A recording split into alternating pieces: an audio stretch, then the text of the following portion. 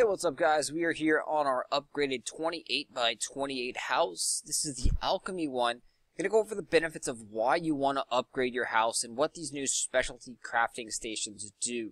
So over here you have a complex processing shelf, and this right here has a lot of different tabs. Each one is for kind of like the basic materials. And so when you open it up, it says iron ignet, fast processing. When you actually make these guys, it processes a lot faster. The little bar, the crafting bar. So going down here, you can speed crafting times 10.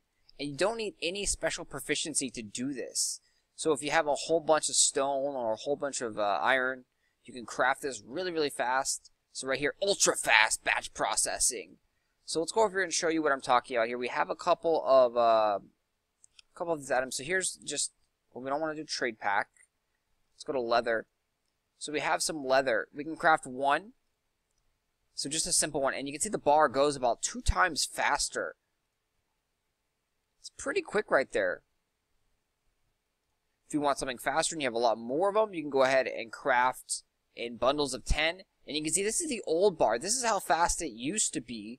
When you craft one, you got the fast processing. Over here, you're crafting 10 at a time. And if that's still a little bit too slow for you, you got a whole bunch of them. You can go ahead and craft right here into the ultra fast 100 times. No proficiency required. The labor cost is still the same, so there's no benefit besides just the convenience, the speed, which is a great, great thing. The other thing is over here is the alchemy table here has got alchemy, cooking, and printing materials. So you can cook and produce, it looks like all of the high-end materials. So rank 4, got rank 4, rank 4. So most of the rank 4 materials here, because I believe they're missing some of the drinks and beverages. So we got a rank 6 right there.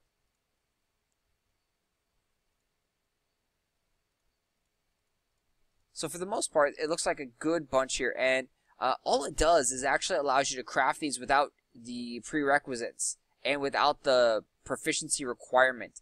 Going through and calculating all this stuff, the material cost was exactly the same on the alchemy thing. So I would assume that it's exactly the same on the cooking bench as well. I haven't gone ahead and actually calculated all this stuff out. So if I'm wrong on this, go ahead and post it down in the comments. But we went ahead and we calculated all the costs to make the alchemy stuff here. So the only thing I didn't look at was the medicinal powder. But all of these materials, the bay leaf, the alloy, the cornflower, the thistle, and the iris, it's exactly what you would need if you were crafting this normally. The only thing is that it saves you the time. You don't have to craft each step individually. And then you don't need the proficiency to actually craft this. So typically to craft this, you need, I believe, 60,000 alchemy proficiency. Whereas with this house, the specialty house, you do not need any proficiency whatsoever. This house also, you can set the privilege to guild, to family, or to public, and that means anyone can use these workstations. So there is very little benefit in here based on these things. You can craft things faster with more convenience, but overall there's nothing like game-breaking and groundbreaking here. The only other thing that there is added to these houses is, I'm not even sure if it's in this one, is there's some quests. So you have, yes, this actually has got quests. So this little thing right here, we have a quest right here, Blue Salt Brotherhood, investigate potential new users, rare herb as earth mana leaves. So it gave us a quest. Give us another quest. So you can see you get dailies here. Pull these quests up. And they do give 5 gold. And it looks like a gilda star. So we have the quest right here. So collect 15 earth mana leaves. It's going to give us 1,000 experience, 5 gold, and a gilda star. Fresh fertilizer, 10 of those guys. And this is from our other house right here, trimmed meats. So you can see just collect random things. Each house, the owner will be able to grab these quests.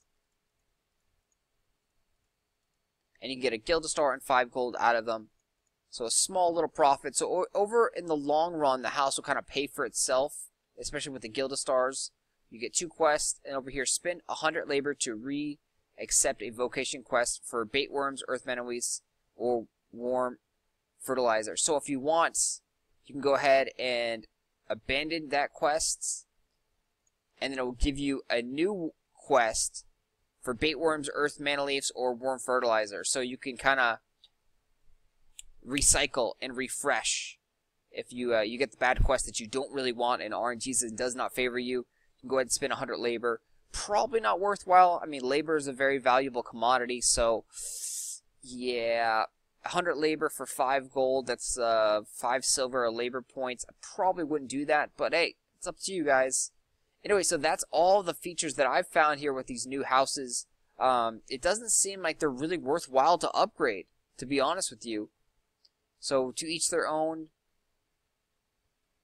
They are very, very costly. They look cool, but the functionality just isn't kind of there.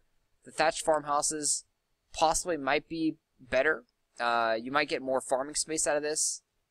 I'll have to take a look at those in another video, though.